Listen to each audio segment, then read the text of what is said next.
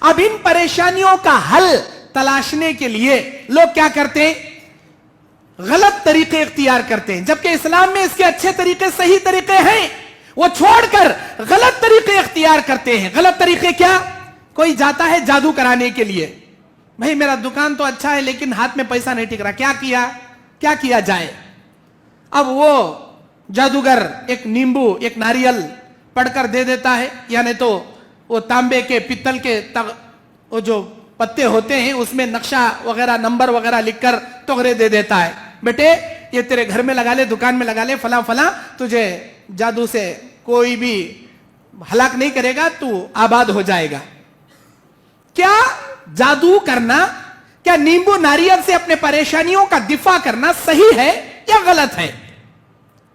اگر ہم قرآن حدیث سے سوال کریں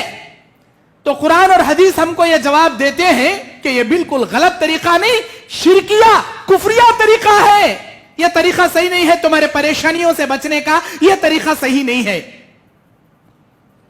سورہ یوسف آیت نمبر 106 اللہ کہتا ہے وَمَا يُؤْمِنُ أَكْثَرُهُمْ بِاللَّهِ إِلَّا وَهُمْ مُشْرِكُونَ، اکثر ایمان لانے والے، اکثر کلمہ پڑھنے والے شرک کے کام کر کے مشرک بن جاتے ہیں۔ اب کلمہ پڑھ کے شرک کرنا یہی ہے، یہ نیمبو پہ بھروسہ کر لینا، ناریل پہ بھروسہ کر لینا، تغروں پہ بھروسہ کر لینا، جادو کے ذریعے اپنا علاج کرنا، اپنے دکان کا علاج کرانا، یہ مصیبتوں سے بچنے کا غلط طریقہ ہے۔ پھر کیا کیا جائے؟ حدیث سے اگر سوال کریں تو اللہ کے نبی علیہ السلام فرماتے ہیں من اتا الرافا، جو آدمی، من علق شیئا، جو آدمی اپنے گلے میں کوئی چیز لٹکائے گا، چاہے وہ تانبے پیتل کی تانت کیوں نہ ہو، یا کسی قسم کا دھاگا کیوں نہ ہو، یا کسی قسم کا پلیتا کیوں نہ ہو،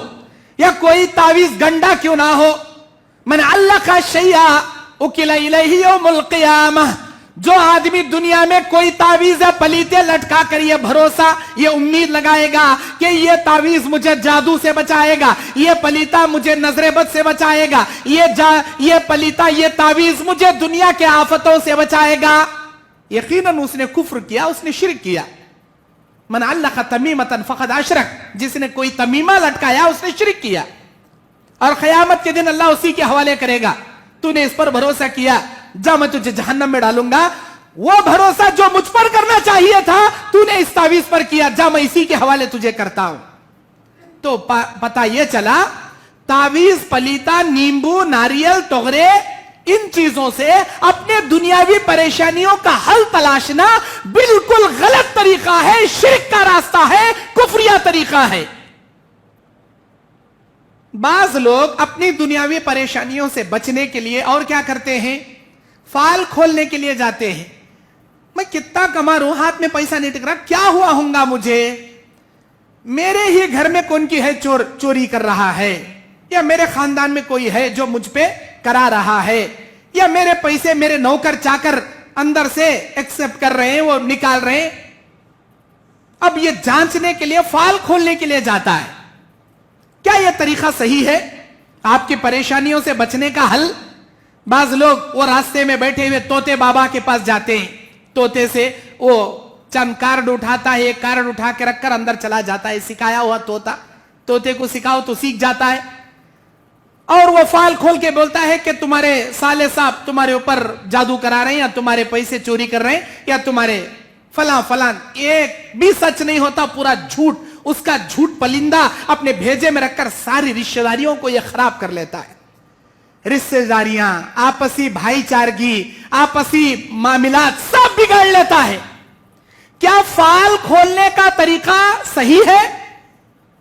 اگر ہم حدیث سے سوال کریں، اللہ کے نبی بیان فرماتے ہیں قیامت کے دن میری امت کے 70,000 لوگ بغیر حساب کتاب کے جنت میں جائیں گے۔ نبی سے سوال کیا گیا کون ہوں گے؟ اللہ کے نبی آپ نے بیان فرمایا لا يتطيرون ولا يكتوون ولا يخطئون وعلى ربهم يتوكلون، جادو نہیں کرنے والے، جھاڑ پھونک نہیں کرنے والے، اور داغ نہیں لگانے والے، فال نہیں کھلانے والے، اللہ پہ بھروسہ کرنے والے، جادو نہیں کرنا، جادو نہیں کرانا،